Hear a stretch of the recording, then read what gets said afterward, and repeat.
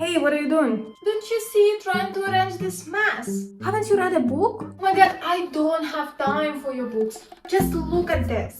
How I'm gonna fix all of it? It's book about tidying up. There is a book about tidying up? Of course there is. A book that became #1 New York Times bestseller, a star TV show on Netflix, and a book that changed lives of so many people all over the world. Who is Marie Kondo and why her book became so popular? Let's talk about it today.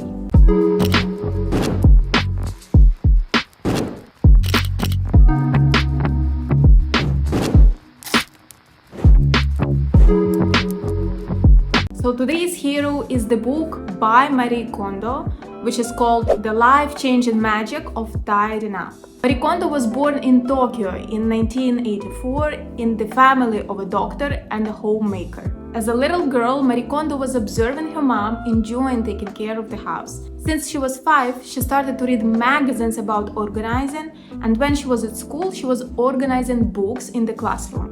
When she grew up and went to the college, she worked in a shrine for 5 years, where one of the tasks was as well tidying up.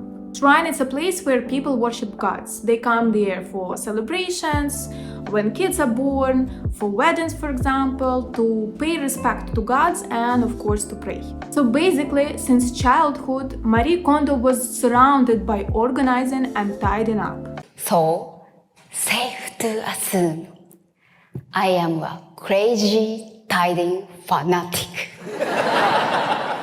At the same time, as Marie said in the interview, she was always helping her friends to organize their houses, and from that she started to make her own career. I loved organizing my friends' houses, but then word spread and people started saying, hey, if Marie goes over to your house will become super organized.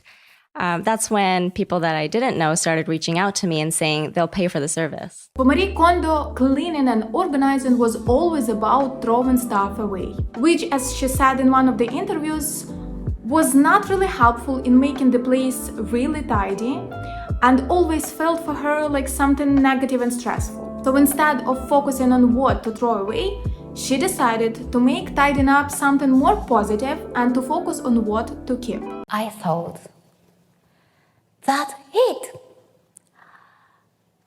The important things about tidying is not choosing things to discard, but choosing things to keep.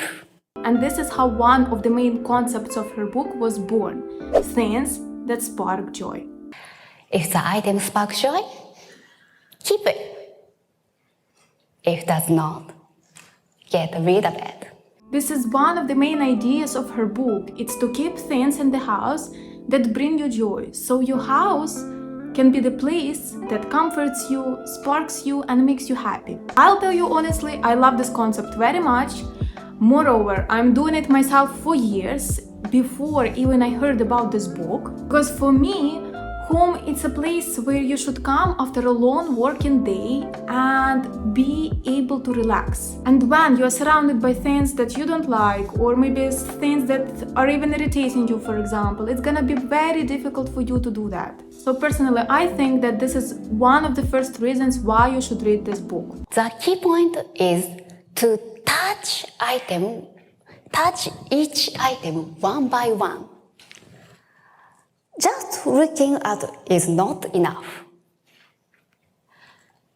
Touch each item.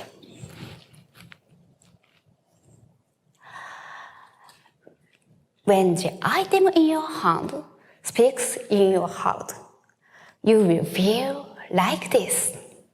Spark joy item. As I mentioned before, Marie Kondo was working in a shrine for 5 years, where people been coming and they've been paying respect to gods. So I think from here, she took the second concept of the book. It's to pay respect to things, to the house, and thanking your things and the house. First of all, of course, it's important to thank your home for what it's allowing you to do. To be protected, to be safe, to be comfortable, to be relaxed. And secondly, of course, it's very important to thank your things for their services, for how they make you feel, for its help in your daily life, etc. For example, you could say, thank you for protecting me, and thank you for keeping me warm.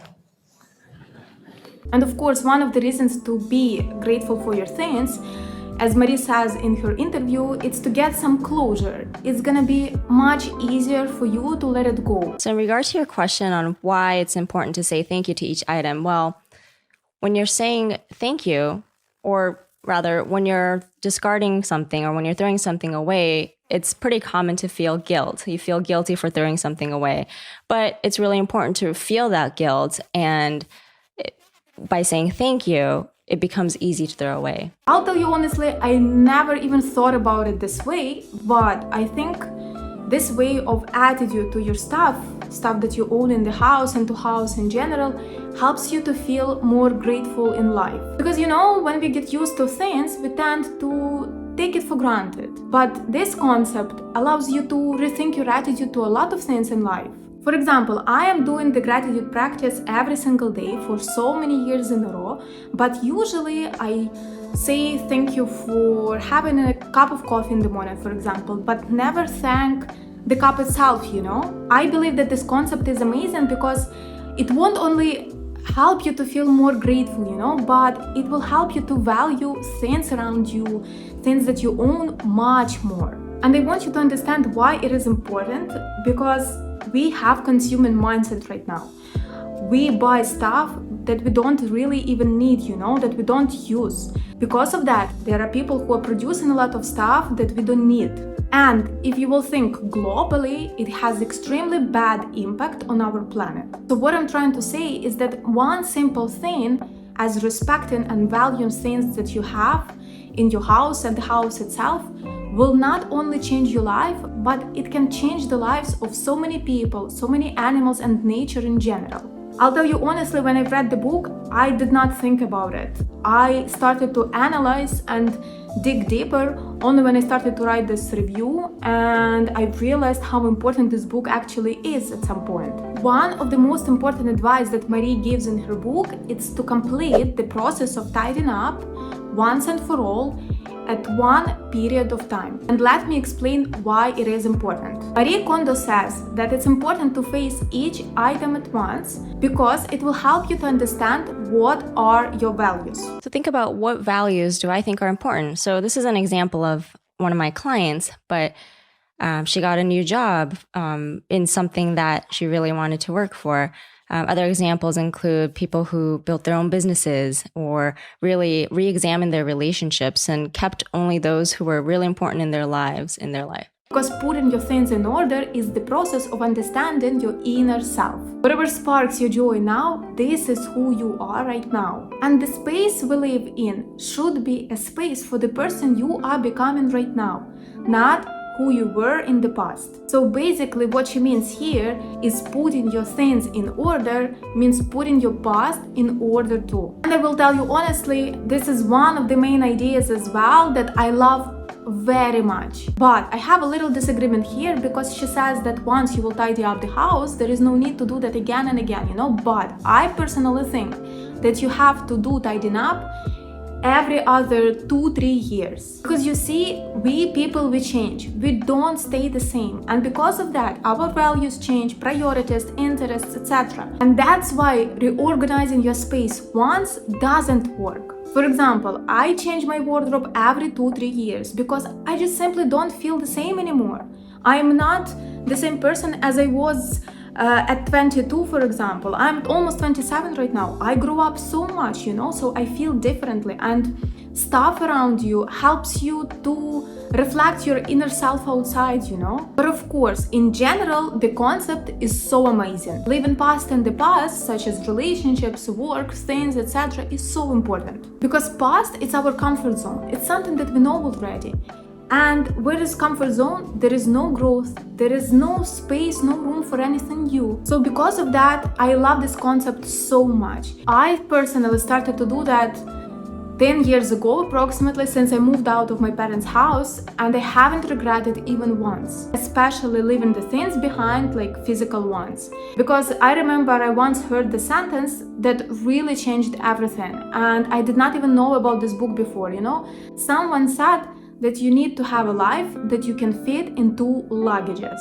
And from that moment, it changed everything. That exact sentence taught me how not to keep or buy things that I don't really like or don't really need. Okay, let me try to clarify that. So the purpose of organizing it is not just to make your house clean or your room tidy or anything like that. The end purpose, the end goal is to really think about what your values are, really clarify what your values are. So what's important to you. Mm-hmm. So in regards to my client examples, there were people who, after they finished organizing and tidying, they were able to re-examine what they wanted in life. Right, that clarity transfers to other areas. Yeah. So the rest of the book is basically about how to arrange stuff, where to keep, how to fold, where to start, etc. I'd like to demonstrate how to fold.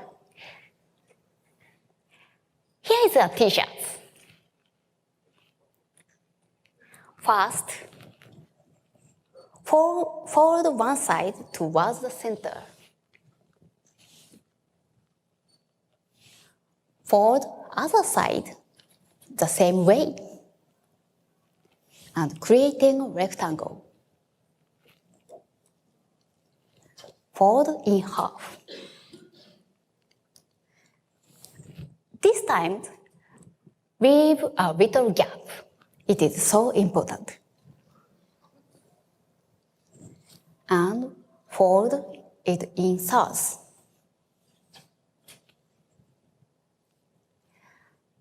If you get a smooth rectangle like this, you are doing it correctly.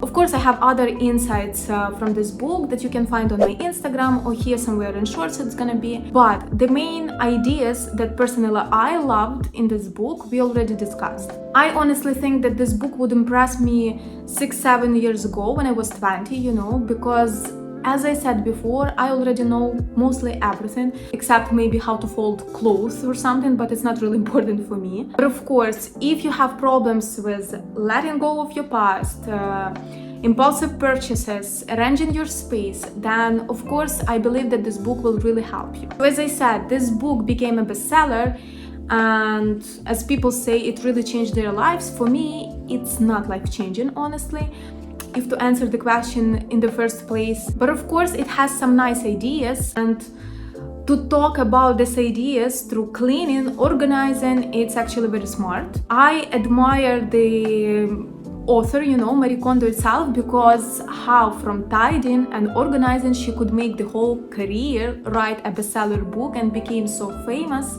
It's just, I applaud her, I know that she has a TV show on Netflix about tidying. She helps different people to tidy their houses, so you can check it. I don't have Netflix, I cannot. If you already did, so let me know in comments, please. And of course, guys, like this video, share this review.